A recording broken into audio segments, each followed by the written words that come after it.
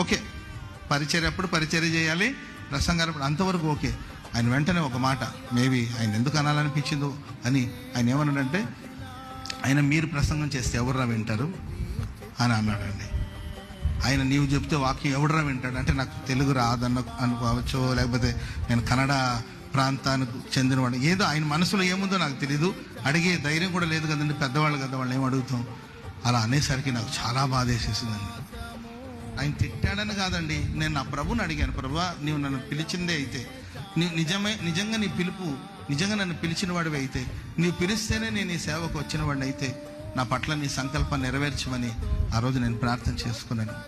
దేవుడు నన్ను అంచెలంచెలుగా సేవలు ఆశీర్వదించి ఈరోజు ఇక్కడికి తీసుకొచ్చి ప్రభు నిలబెట్టాడు.